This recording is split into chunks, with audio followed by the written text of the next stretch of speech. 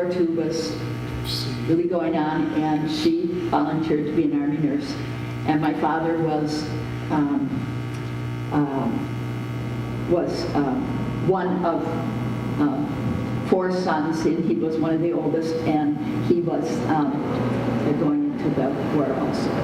And they were able to see each other before they found each other in Europe as the European War ended.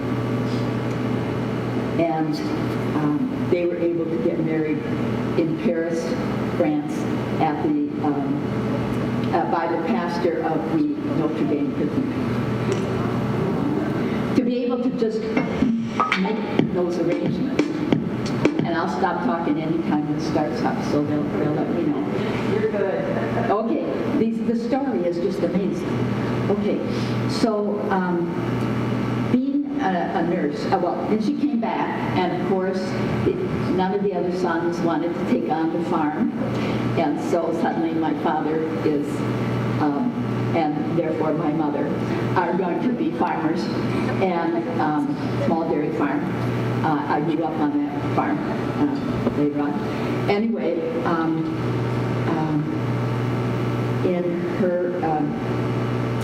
in her 50s,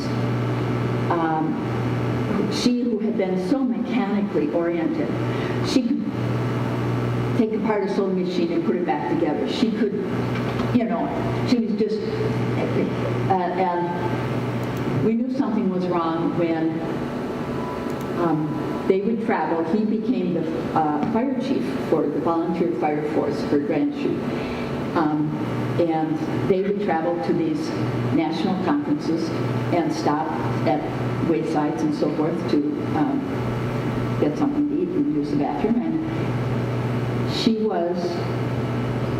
she couldn't figure out how to get out of the bathroom, out of the public toilets, which sometimes takes, a different kind of handle, but knowing her, she would have just seen the way, That was troubling, and we never thought of it as any kind of memory problems, but just these changes. She stopped driving the car because it was a different car than she was used to, and she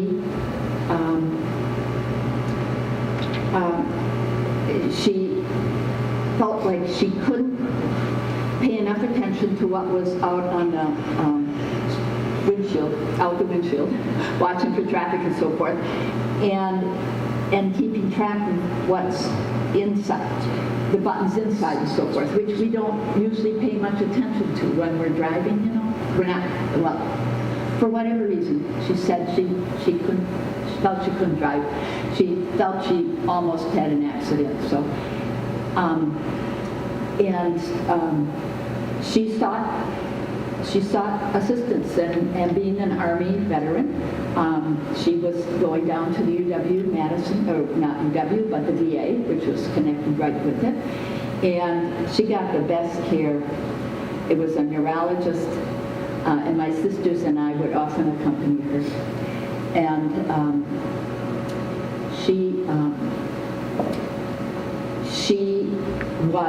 she wanted to know, she wasn't trying to hide a disease. She was trying to get as much information and cooperate with anything they were trying. On that day, at that time, they thought she had early Alzheimer's, and but she had grand mal seizures at the same time, which later it has now been determined years later that can be a contributing factor to, because of course there's some disturbance in the brain.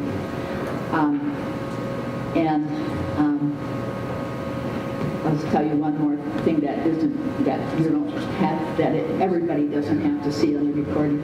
Her main lesson to me was, well, 2 lessons. You'll always regret more the things you wanted to do but you were afraid to do, and so you didn't do. out of fear of failure. Then the times that you did take a risk and you did get what you wanted, but you'll regret more what you didn't even try. And also to speak with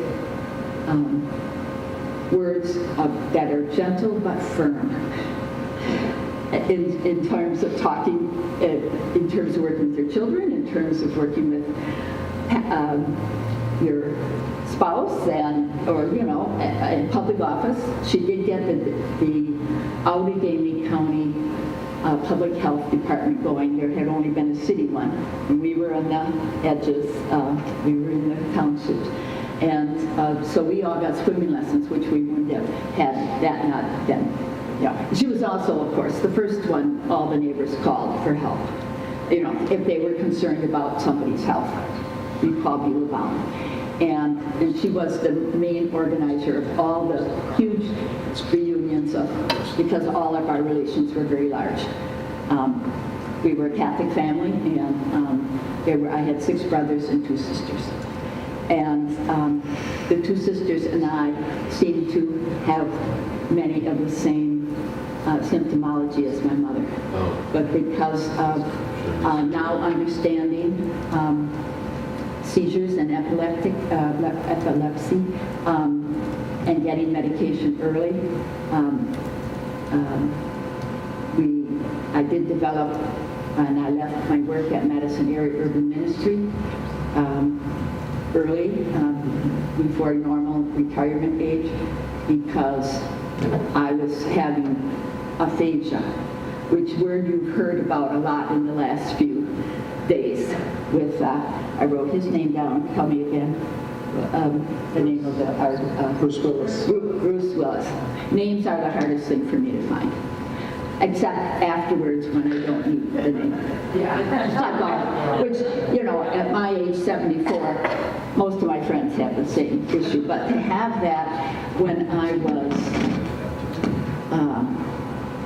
50, after having run for mayor and been able to just debate right back and just the zinger word I wanted to use and that kind of thing, and my work on the school board and so forth, it was a change from what a lot of people from Little Island not have trouble finding the words, but for me this was a change, and I do a lot of speaking largely to encourage getting help early, because there are things that can be done. Even with the aphasia, I got help through speech therapy. I thought that was for teaching you how to enunciate and so forth. Found out that they do a lot of strategies that help communication. So do you think we should just go ahead? Or should I tell you the really significant story about my mother that I want you to go home with? Nothing else. When she was,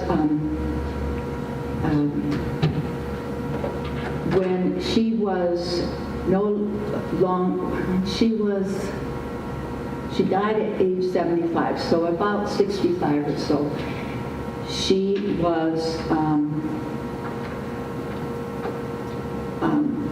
she could still walk with assistance, but her speech, she was down to one word. And the average, just like as with the child, the average adult who can't get words out, but they can get a sound out. Well, they can sing though. If they know the words of the song, it's one they've had all their life, they'll join you in singing. But the one word she knew wasn't no, it was yes. And we'd have to look at her to see if she really meant yes, or was this a no, or I don't really care, or, you tell that from sort of the tone, but mostly from the face. She was saying sure. She was saying sure. What did I say? She was, yes. Oh, yeah, she didn't say yes. She said sure. And that's just her personality, too. That would have been how she would norm as a nurse and every other way as a parent. She was, of course I will, or sure, yes, yeah, sure. Well, so and the trips were from Appleton down to the VA hospital a couple times a year, sometimes more. And like she always did when they were traveling, to all those firefighting meetings or the fire chiefs meetings around the country. She would be seated in the front next to the driver, right, and doing a lot of the navigating. Well, at this point, she wasn't navigating, but she was. Oh, you know, my father and my sister, who was still living up in Appleton, decided it'd be really good to get a little more comfortable chair car for her, and that it would be better if because now she was leaning a lot, you know, and maybe drooling some, and she might need water on the way up. So they bought a car that was larger, and my sister would sit in the front and tend to Mom behind her, and could, and with lots of pillows behind her, she could almost be like sleeping part of the way down. Well, they got to Rosendale, and she was tearing. She was like crying. And they thought, well, this is the place we normally stop if we think she needs to go to the bathroom. So they stopped and thought that was the problem, because she wasn't going to be able to enunciate that. And but my sister, who accompanied her, and as they came back out and my dad was waiting there, my sister said no, she didn't use the toilet. And they were both troubled what they could do, because this was not her. It's not what they were used to. And my sister, just as they were getting to the car, said, she needs to sit in the front seat, like she always did. That is a very big lesson for all of us. A feeling that you still have a role, that you still are in some way helping, that you are still appreciated and not a burden. So with that, are we starting the review? No. Okay, no problem. So we should probably explain, from those stories, Mary Kay and her sisters developed a program that they incorporated called For Memory. And For Memory looked at a couple of different ideas in terms of how to help people prepare for this kind of change in life. And one of the things that they did, and because there's other stories, is what about helping the kids, who are the support a lot of times to people as we age, you know, our grandkids and so forth. How can we help the kids in that role, help with people that are now being changed because of dementia? And so the For Memory program came up with an idea and wrote grants for a program for kids who are affected family members of people with dementia, whether it's grandparents, a relative, a neighbor, that they could come to a summer camp, do all the fun things that you do in a summer camp, but we would have groups where they would sit down together and we would discuss various issues about what's going on at home in terms of the changes that they have already seen, these young 8-year-old, 10-year-olds, that they've already seen in their grandparent, their parent, their whatever it would be. And so then they would be able to share back and forth. But we had a structure for that, and as they began to discuss, we started coming up with these different ideas, and eventually now we've had a series of these camps each summer for, how many summers was that? I think 6. 6 summers. And so From there, we went to developing what you have in your hand, which is this, the ABCs for accompanying friends, how that all works for us. Now, what our program was that we're going to show you was how these kids function in the group in terms of, they were at a summer camp. And one nice thing is we were able to get funding, so most of these kids really didn't have, their parents did not have to be paying for this experience. One side story there is we had, because of the advertising we had done, we had a brother and sister come from California to our program. And they came to our program very frustrated because it was their dad, wasn't it? Yeah. Their dad was very moody and was having dementia issues. And he was, he wasn't that old. He was in his later 40s. But, and they were frustrated because, they go to do something and they would have to keep repeating themselves because he wouldn't, or he'd be distracted and he forgot what they were even talking about. So anyway, we went through the program. They learned several good ideas in terms of how to relate to their dad, how to help him function and do the things that they wanted to do with him. The reason I bring that up is that, a month or so later, after the program, they wrote us a letter. An actual written letter in an envelope mailed to us, not an email, not something quick. And I would only correct, he probably wasn't at the stage of dementia. Dementia means, this also often gets confused as to what this means. When you can't care for yourself, you can't dress yourself, you can't eat yourself, you can't, No, he wasn't. normal, he could still do those things, but he would sit in front of the television and get in,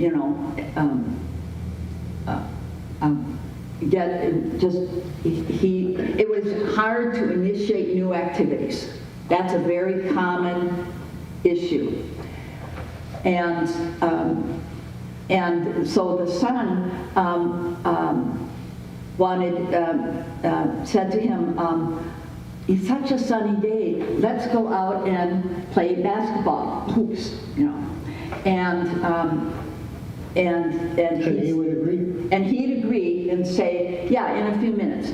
And then he'd come back and the son felt he didn't like playing with me anymore. Well, we talked about it at the camp, and it took quite a while for the group to come up with some ideas on what he could do, how he could do that better. And what he came up with, what the group came up with for him to try was when the program he likes is done, before the next commercial, you come in with that basketball already and the jacket and say, let's go out and play. Because that was already, a cutting point anyway. It wasn't in the middle of whatever he was watching.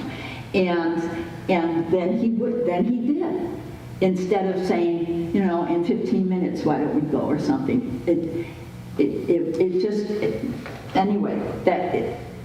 But these take some imagination to come up with those kinds of things. You have a sheet in front of you, and it's alphabetically, and I'm going to take the first few. And I think this is important for your people that are working with your youth in the congregation. I know that lots of congregations will take a group of youth to a assisted living or in the day before COVID, but someday again, maybe at Christmas to sing, Christmas songs or something. Well, or they on their own will be visiting their own relative, and they need to understand some of these things. The very first one, approach me from the front and avoid startling me.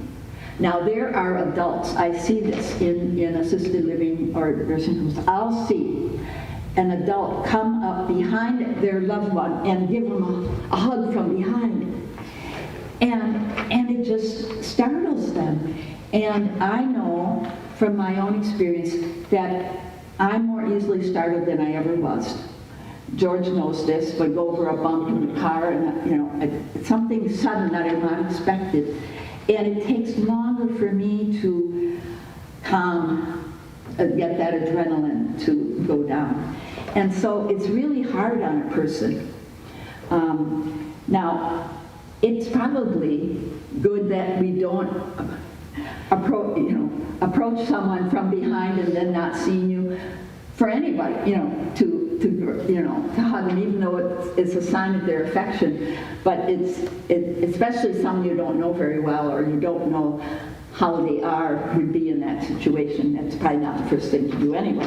That's part of the reason I leave this ABCs and accompanying friends, because we all have these little issues, and these would be good things. Most of these would be pretty darn good to keep in mind with anybody, but especially with people who are suffering from PTSD or have changes in their cognition that they're getting used to, or ALS, or any number of serious illnesses. The second one is, how would you like it if people were always talking to you from above while you're sitting? And we used to, with the youth, have them, one youth be in a wheelchair and then try different things about approaching that person. And of course, the answer to the question was moving that chair over and sitting next to them. Whoops, and there goes my microphone. Is it still on? Okay, I won't worry about it then. Another way of approaching people, call my name gently and with a smile. It's very hard. You might have experienced this from once in a while. A person in authority comes into a room and their hands folded like this, and they're walking, and it could be a nurse coming. I think most nurses are taught not to do this anymore, but it certainly feels like the principal is coming in, Instead, having more your hands down to your side, open is much better. In other words, all of these things have much more we could say about them all.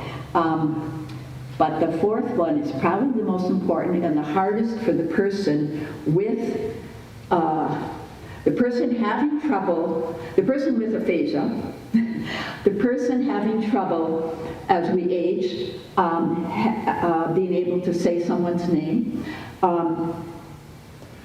It helps me a lot if George is wearing it's not my husband, this person I haven't seen for a while, but I know very well. I remember the last time I saw him. I know how many kids he has, But if he has a name tag on, then I won't feel embarrassed that I can't say his name. Hi, George. So I would like the person who I haven't seen for a while, or whatever, I could have seen him yesterday, I still might not be able to bring up that name. That's called slowness in finding your nouns. It has to do with names of people, names of tools, or names of the flowers, the wildflowers. I'm trying to guide people through the Ridgeway Pine Relic State Natural Area. I can tell you all about that flower, but to be able to say its name, when the people are waiting for for its name, that's why I left my job at Madison Area Urban Ministry. It was too hard for me to teach the staff, or a couple staff people, how to write grants, and I knew exactly how to do it.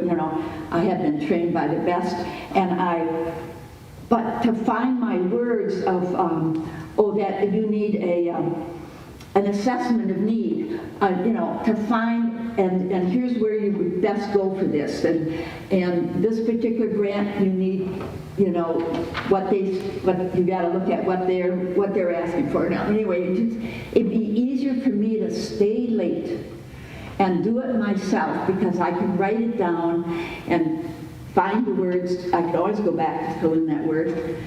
It would wear me out and take so much energy from me to actually teach others. And that was a turning point for me. I knew I was not being the kind of supervisor I used to be. I wasn't, and they deserved having. And it was very hard on me because it's so stressful because I knew what I should be able to do but couldn't do it. Okay, so, and then the very last one is enjoy quiet times with me. And the youth wrote, you know, it would be great to have a youth read something back to me. So George is going to take the next section. Thanks, Krupe. Fear not. One of the things we find out is that especially when people are going through changes, and that includes the PTSD group, a lot of commotion in the area is very distracting. You can be right there in front of them and they can't hear you. They hear the commotion instead. That's especially more so pronounced with PTSD, but it doesn't have to be that way. And any kind of cognitive change can, so your voice is the same level as everything else they're hearing, and now they have to kind of sort you out among everything else they're hearing. So when you run into those circumstances, it's always better to, let's go over here, someplace that's a little more quiet, less distracting around, and do your conversations there. And again, once you do that, you self-identify yourself. Remember, I'm George, I saw you yesterday, we talked. Okay, we're back here. Remember, we talked about this particular thing. Now let's see about making a plan to do that. Okay, so go with me and others on a slow, quiet nature walk. Again, getting out and around, doing something without the commotion all around. Other things that can be very distracting, being out in the back here where the cemetery is, but if you go out in front where all the traffic is, that isn't going to be so effective for someone with cognitive disabilities. Because of the distraction, the noise, the commotion. One of the things that you may be able to do with someone with these changes is, that doesn't mean they don't have a story about them from last week to, from when they were young in a certain area. Or, like I can come in here and talk about when my son was baptized over here at the fountain, that kind of thing. And who all came to that, and who were the godparents and all that, Well, one of the things that we can do in terms of helping our relationships with the people, so that's a nugget of information, a story that they have, that they still have. They may not remember your name, but they still have that story. Well, value that. Hold that up. That's a wonderful story. I read it. Thanks for sharing that. That was great. I could hear that again. And one of the things that happens in families sometimes is when people have cognitive changes, they're very uneasy about going into places where things are going on around them. Again, there's a lot of distractions for them and all that. And so what happens in a lot of families is, the people go to church and they stay home.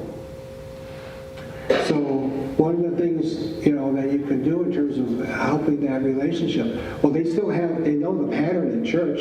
They'll even know some of the hymns. They may not be able to talk very much, but they'll be able to sing the whole hymn without even looking at the book. So, again, those are nuggets of things that they have gotten, that they've grown up with, that's part of their lifetime of knowledge that is different than, what are we doing now? What's happening today? I can add that there was a choir from Milwaukee that was composed of people who had dementia. They were not able to function. They needed support. And the whole choir and the soloist within it did a fantastic job. Bethel downtown had a whole event, and they were the key of it, and it was so moving.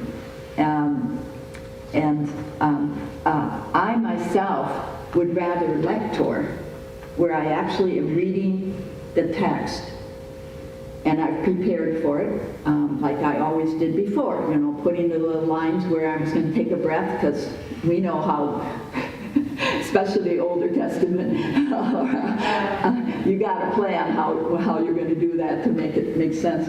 And that's my favorite role, even as a pastor now, is lecturing.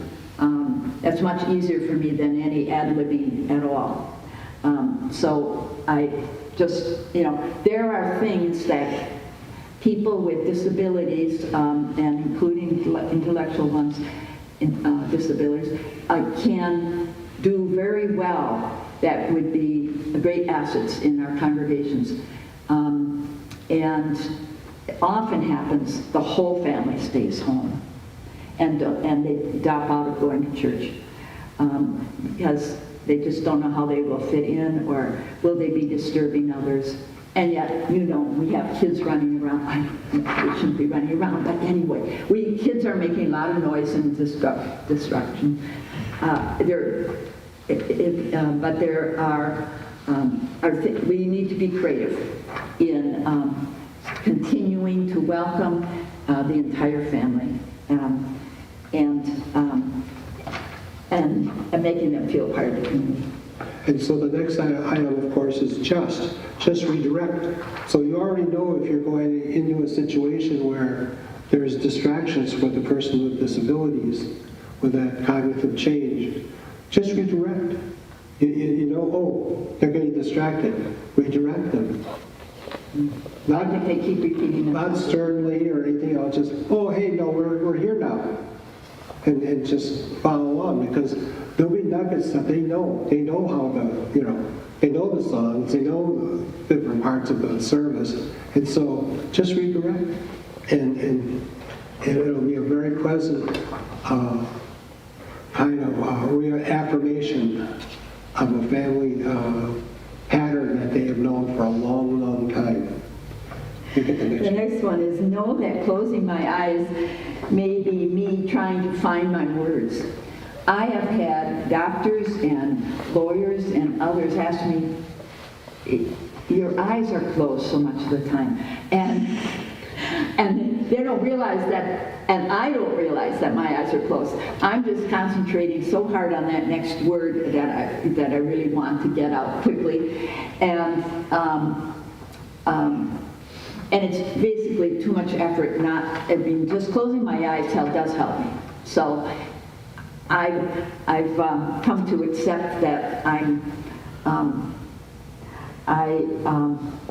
don't worry so much about the fact I can't find a word out. I will use other words because I can't find that name of that noun. I'll just find another way to say it and go on from there.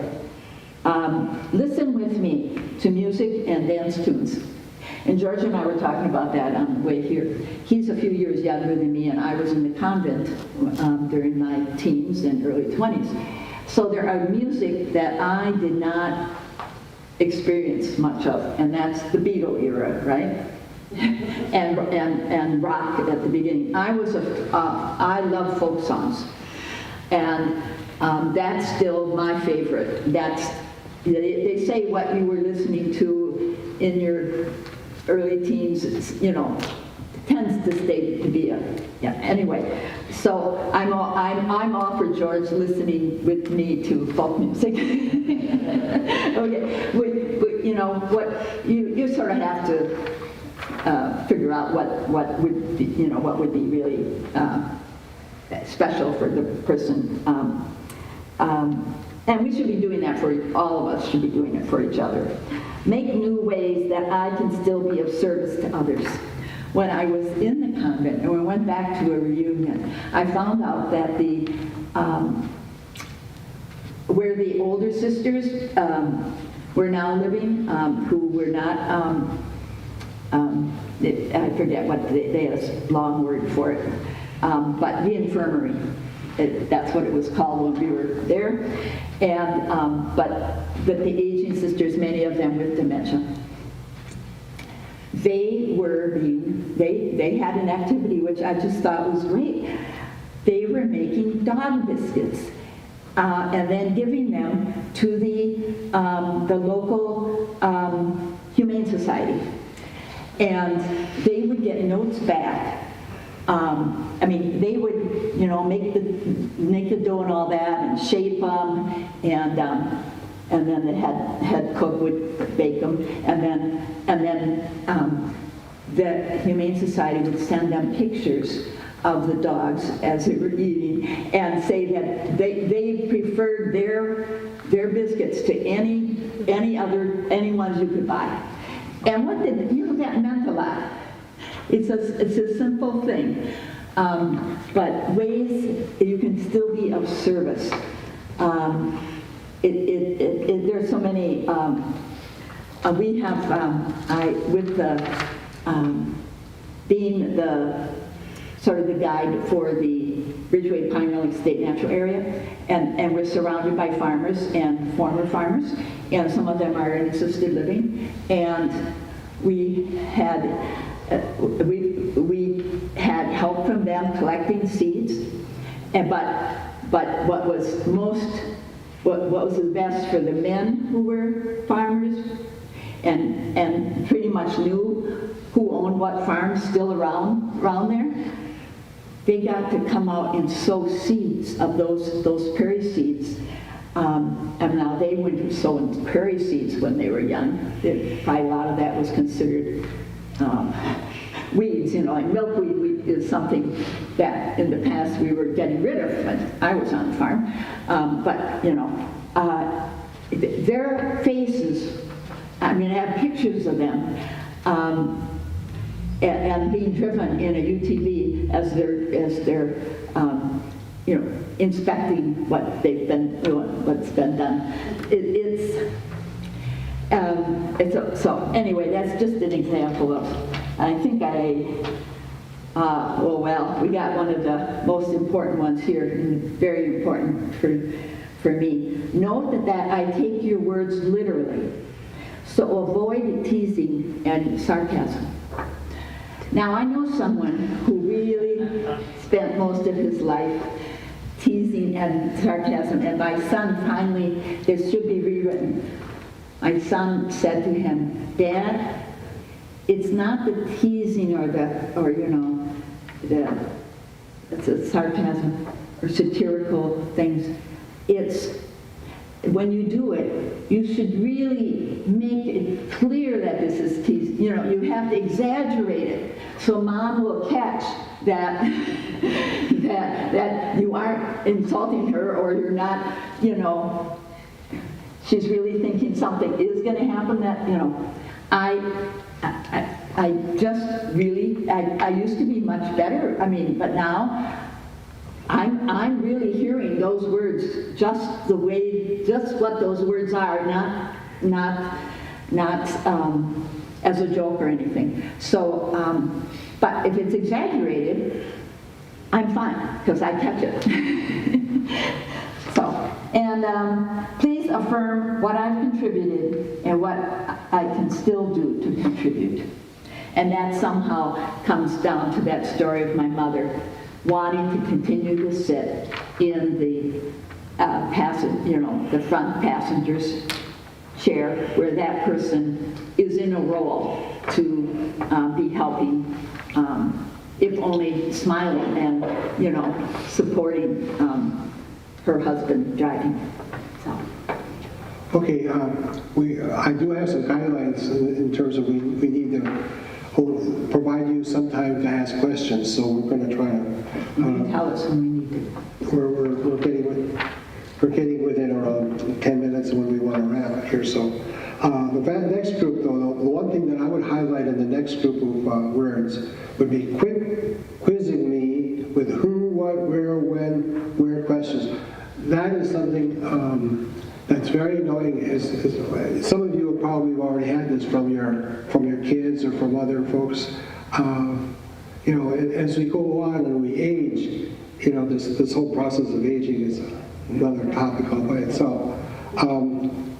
But people around us will sometimes wonder, you know, are we still aware with who things are, who the people are, where we are, what's going on, and to have those questions brought to you all the time is very annoying and very troublesome. And so that's one way to make things more difficult as we're trying to cope with this aging process. An example of that is if you visit your mother-in-law and she's in a nursing home and there is a picture on the wall of someone you fully with and know who it is. It's very easy, I see this happen, visitors will come in and say, oh, who's the lady on that picture? And they may well know who it is. But they say that, they ask that. And maybe they want them to talk about the person or whatever, but that, who is that? I mean, I'm not going to be able to say the name of that person, not half the time. So, much better approach is to say, oh, that lady on that horse looks like she's really having fun, and not say, who is it? And the conversation will much more likely go to the resident there saying, yes, she always loved horses, and that's not her very favorite horse. She liked this, you know, they'll go into a story, and it's natural, and you're gonna hear something special instead of putting her, she's gonna feel like you're one more doctor examining her competence, and much better to be we all need to develop the skill of engaging people in telling their stories, and one way would be to comment on the picture and what it looks like or whatever, rather than question something, you know, especially who is. Okay, go ahead. Okay, one of the other things that occurs is they don't necessarily hear you correctly or what was going on. They'll just say, what? Well, when you go to repeat yourself, face and let them see what your words are as you're talking, because then they can understand you better than if you're talking over here and trying to get them to listen.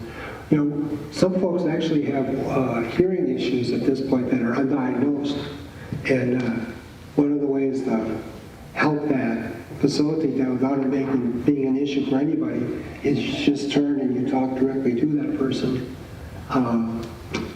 Not in an angry voice or anything, but just in a supportive tone, just repeat right there.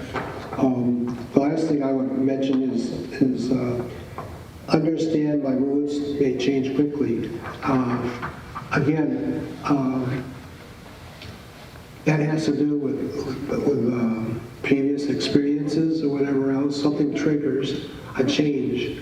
That PTSD is one of the areas that people get diagnosed when they notice. They do that a lot. But there's some kind of trigger or something, and all of a sudden they're very moody, they're very short or whatever. Something occurred, nothing in front of you, something in their past from before is triggering their mood change. You know, and that just happens. All we can do is be understanding and, okay, well, maybe not now then. Maybe it's time for something else.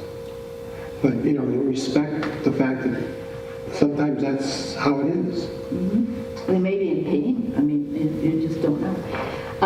I'm going down to exchange negative for positive.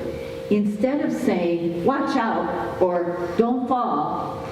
Now, neither of those give you any information. Say instead something like, let's step over here. Or, that kitty is coming towards you. Or, you know, something that is helpful rather than alarming and it gives you no information. And then my last one is, you are a true friend when you remind me of what I can do and not so much what I can't do. And I think that we should open for questions, comments.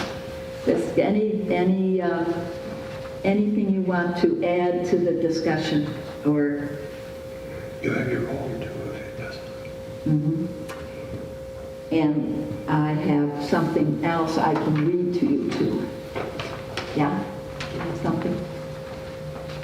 Any questions that anyone has?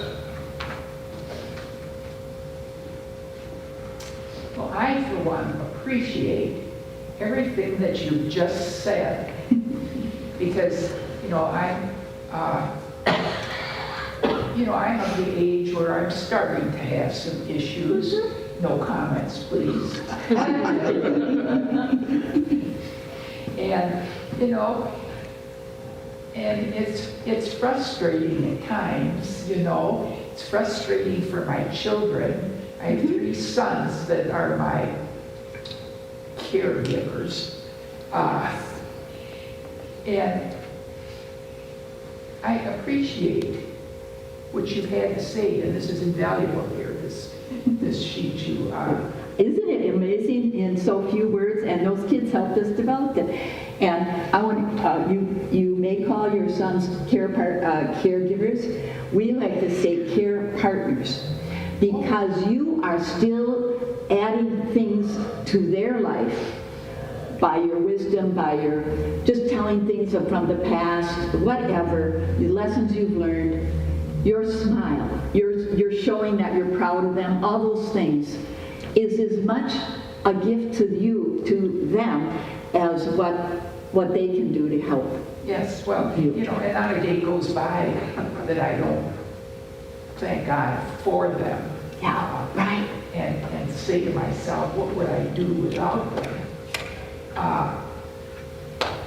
But it's just wonderful to hear your perspective on this. I recognize you, Mary Kate. Yes, I do think, having been in a public life, there is something about, and people knew me before, and I can't do the same things that I did do, but the words I do get out have a great deal of meaning to people because of, Yes. so. Yes, they certainly do, and I, for one, really appreciate hearing this from you and George. He's having to learn all the time, just as I'm having to learn all the time, how to be clearer about what would help me. And that the purpose of the book that my 2 sisters and I did was to relay what we learned that helped us, that might help others. Yes. And depending on much time, I'll just, the name of this is New Openings, New Pathways. Our mothers waited for new ways. Our mothers had to live their fears alone. Our aunts cried their laments alone. They were angry that their words had left them. Cousins were isolated, not knowing what the other was going through. But now a new thing is happening. We meet others like ourselves. We see similarities. We are not, after all, alone in how we've changed. We see many others like us. Others who also feel overloaded and skipping favorite activities, becoming more clumsy, knocking into things, being slower at everything, feeling the weight of fatigue, distracted by commotion, easily overwhelmed, losing our train of thought, not finding our words, losing track of time, losing keys and cell phone and calendar, arriving late or not at all, not sleeping so well, not letting go of our troubles, having to take careful notes, but misplacing the notes. Remember that one? Offended by teasing, hearing it as criticism, feeling attacked by questions. queasy about many cleaners and getting headaches from some foods and getting dizzy from chlorine water. That's an example for me, even though I used to be a lifeguard and was in chlorine all the time. Now I'm feeling weak from polluted air and water, being afraid of once familiar places. Sometimes feeling unpredictably, we feel in a daze. We feel exhausted by writing this much. We take notice of these little changes, so subtle but so real. We are workers who were let go, or were fired, or demoted, or we retired early. We couldn't take it anymore. Our mothers died of something called Alzheimer's, so did some aunts. Besides acting confused, we found them cranky and distracted. We thought they didn't like us anymore. We feared we'd be like that. But now there's hope. We can speak and listen to one another. We share ways we learned to live with changes. We are test pilots for remedies and research. We reveal what works well for us. The more we listen, the more we learn about ourselves. We discover new pathways and wise old trails. Our mothers still inspire us. Our daughters start to hear our stories. Our neighbors take notice. The earth applauds our wisdom, foreseeing links to the environment. The trees sing out with us. We marked our favorite trails, the pathways that open new directions for us. Together we find our words, our voices. We are the ones who can say what it's like. We can tell what helps, what hurts, and what we want. We can mark paths we've explored, lanes to follow and hazards to avoid. Now the ending. If someday we do become mute, the stones will still stand in for us, marking the healing places for our children's children. Our mothers had been waiting for us. Our aunts had been hoping for us. Amen. Amen, yes. Once I did this in a very public setting in front of the Capitol, and it was any event supporting healthcare and that kind of thing. And as we were there, it was announced that there had been a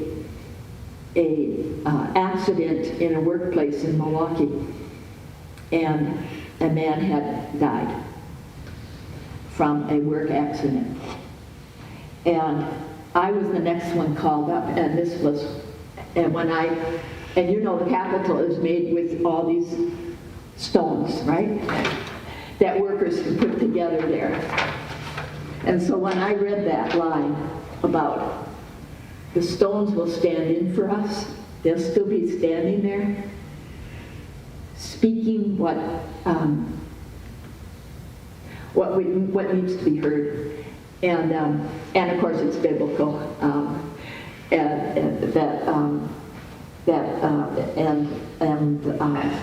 it's in many communities in Alaska, and they put, because there aren't many trees to mark away, they make now am I going to be able to say the word, a nukshuk, I think is the word. And so they would place stones on top of stones. It's often kind of like, and it marks the way to good hunting or to get to water or something like that. But it is from several parts in Hebrew and Newer Testament. I will tell you, if these do become silent, and they're talking about the people, even the very stones will cry out. And I think nature, all of nature, is supporting us in our efforts to find more and more health and vital living, and we do that as a community. And I'm just glad, as you can probably tell, because I say in there several times, I've said it tonight, knowing that I am accomplishing things or being helpful, your comment to me was a remedy for me. You helped me in my health by just telling me that it made a difference for you. And I mean it. There's as much healing that goes on for me when I'm speaking to a group like this, and I can tell that they really know what I'm talking about, and and it's going to help them, and it's going to impact their kids. And what more could I want? That's a very well. Thank you. Thank all of you. I could tell you could hear, if you could ever hear a coin drop on a rug. You could tell that you were all there with us. I appreciate that. Thank you. This is the first time. Well, we haven't done this in over 2 years because of this COVID thing, and so it's just nice to be able to sit among people and have a discussion. Are there any other questions or comments? Kathy? I like the part where she said not being able to remember people's names. I've never been able to remember names from the time I can remember. And I just get worse and worse, so I don't call anybody the name because I call them something different. So I worked with this guy like about 3 years ago now. Mm-hmm. And I associate my family with the people. So like, he was either my nephew or he was my son. So I thought he was Tom, so I called him Tom for a whole year. And pretty soon Mike goes, "My name's not Tom, it's Mike." And I said, "Why did you allow me to call you Tom for a whole year?" So I really appreciate that. I had to learn because I'm constantly still going to social events, and people coming up to me, also I could tell they're wondering how I'm doing, and they're wishing me well and all that, but now how do should I just pretend I can't come up with their name? And I learned that I could just say, remind me of your name. I know all about you. I remember you well. Just give me your name again. And that once I got over that, that's okay to say. Somehow we should have on our name tags, tell me your name, or something. I don't know. But we almost back off from the conversation when we can't just say their name. But I've gotten over that. That's behind me. I'll just say, if I can't say the name, I'll say, just say your name again. I remember your husband and what we did, But just, and then for somehow that sticks into my head better too. I heard them sing it. Thank you. I'm stretching. No. I just wanted to, this has been wonderful for me. My sister's in a nursing home, or not nursing home, but whatever she's in. And these are wonderful ways of speaking to her. Usually when I go and visit, we just watch TV. Because I don't know how to make her do anything. But anyway, thank you very much for that. And also, do you work with the Alzheimer's Association? I've been on the board of the Alzheimer's and Dementia Alliance of Wisconsin. The Alzheimer's Association is a national group, and we were a chapter of that, but there were differences as to, how much money would stay local, that we would raise local, and it was very expensive to go to their events. And anyway, we just found so that any collection or donation from today goes to to the Alzheimer's and Dementia Alliance of Wisconsin, and that they've moved.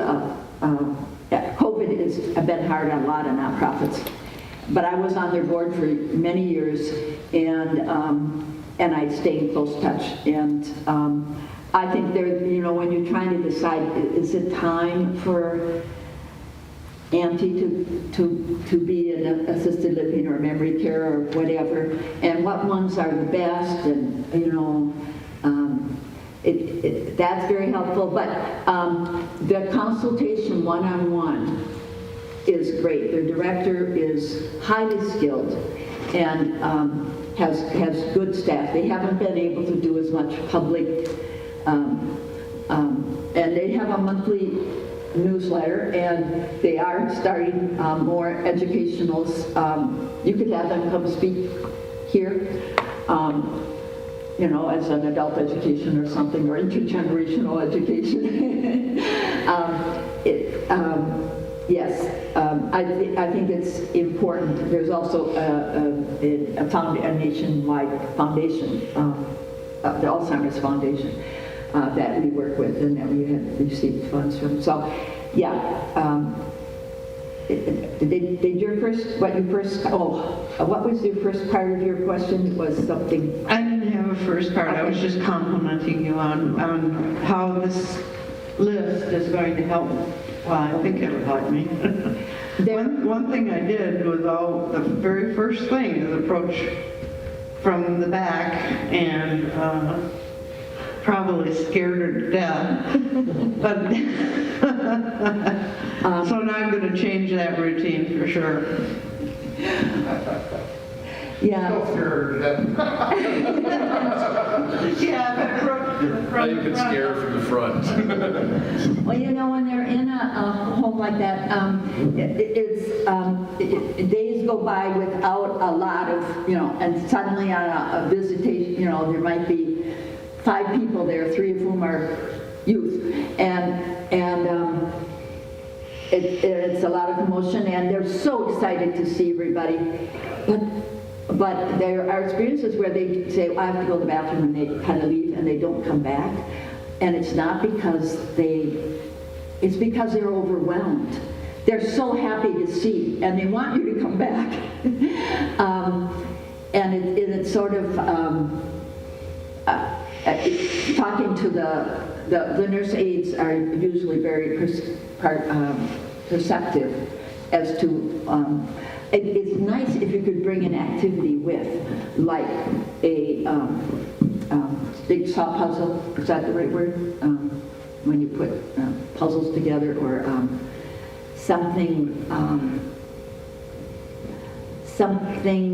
that a reminder of the past, some pictures, and that might just inspire some storytelling. Yeah. It can be, you remember that time that the calf got out of here, and and all they have to answer is yes or no, but it's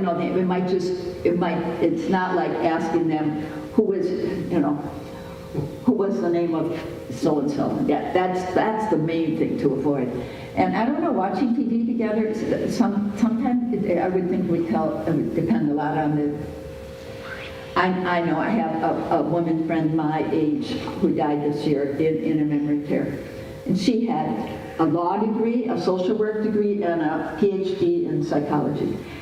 And she was in a dementia, in a memory care at the end. And what was on all day long, she had the staff put on the TV, the news, and that's what was on all the time. And when I'd come and visit, I'd have to say, well, I can't hear you. I can't really talk because I can't hear the TV and anything else, or I can't communicate with.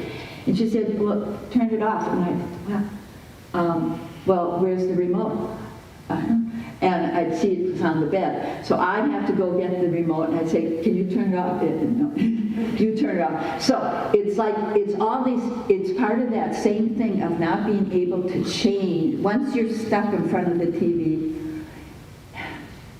Initiating a new activity is super hard.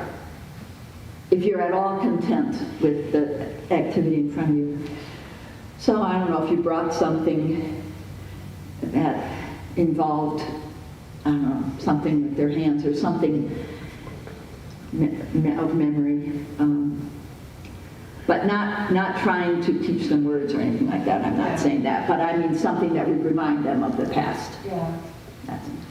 I have brought pictures of tractors in to farmers. You know, I have taken pictures of their farm. This is out, I'm out in Iowa County, and that made them so happy. If we can just be creative about what would it be like for us, where we don't get out. Something, but the fact that you are actually coming is a big, big gift. Don't ever assume that it isn't meaningful to them. It is. They're not likely able to express it, but it means a lot. Anything else?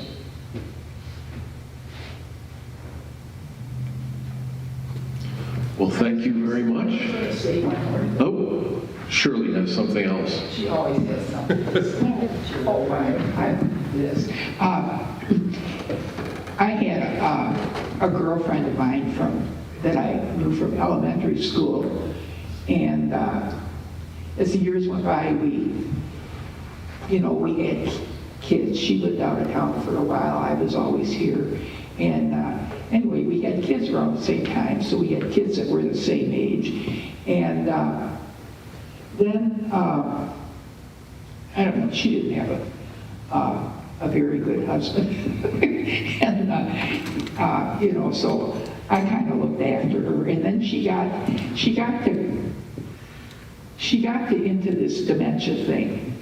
She's my age, but she had kind of a rough life. And, so anyway, she had put out there probably where your sister Barb is, and I would go out there pretty regularly to visit her, and I'd walk in and say, well, hi, Judy, and oh, hi, and I said, well, why don't we go sit down in the lounge down here? So she didn't know who I was from a hole in the wall, But anyway, we would get to talking, and it was so funny. We started talking about when we were kids, when we were in 6th grade, and then we gradually worked our way up to high school, and we were talking about our high school boyfriends, and then we would talk about other kids, our boyfriend, besides our boyfriends from high school. We'd be able to hash over stuff from way back, and she was just, it just elated her so, she was so with it at those times. Yet, when I had come in, at first she didn't know me, and when I left, it was like she didn't know me then anymore either, But I felt so good because I brought her some happiness, and some old memories. She didn't know her husband had died, She didn't know,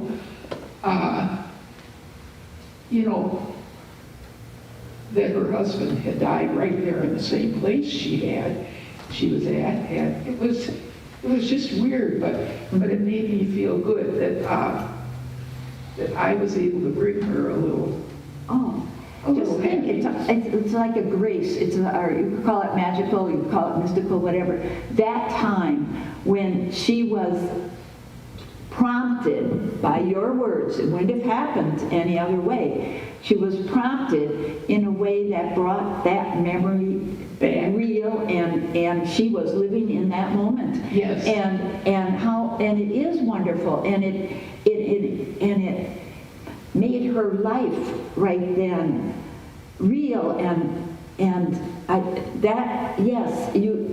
it's not like we get directly thanked for it, but you know that you made a difference. Yes. That she was very happy to be able to go over those memories. Right. Then both the more difficult and what happened. That's wonderful. So, there's things you can do. Yeah. That, it makes them feel a little good. It makes you feel good. Yes, it Very does. good. Yeah. All right. Just one other thing I'll mention is I know that they have a couple of books. The one that Mary Kay was reading from, and I think there's another one. Yes. Out in the narthex, if you'd like to purchase one of those, and they are donating a copy of each of those to the church library as well. So we'll have them downstairs. We're suggesting $12 for one book. There's two different kinds, and you can mix or match, whatever, or $20 for two. That's a suggested donation, and if you don't have the funds with you, don't worry about it. You can always send later, or whatever. It's not. The important thing is, if it would be valuable to you, if you use it, be sure to leave with one of these, because you will see a lot more poems and from many others' experiences. So, Okay. all right. Thank you. And again, the offering is for the Alzheimer and Dementia Alliance of Wisconsin. And you can put those donations in the offering plates in the back. And our final hymn for this evening is Sent Forth by God's Blessing. Oh.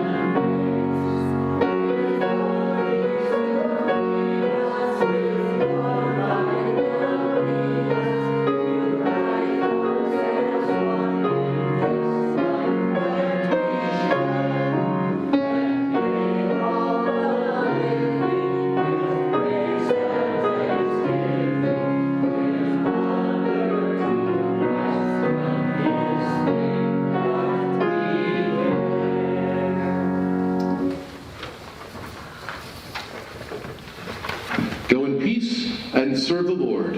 Thanks be to God.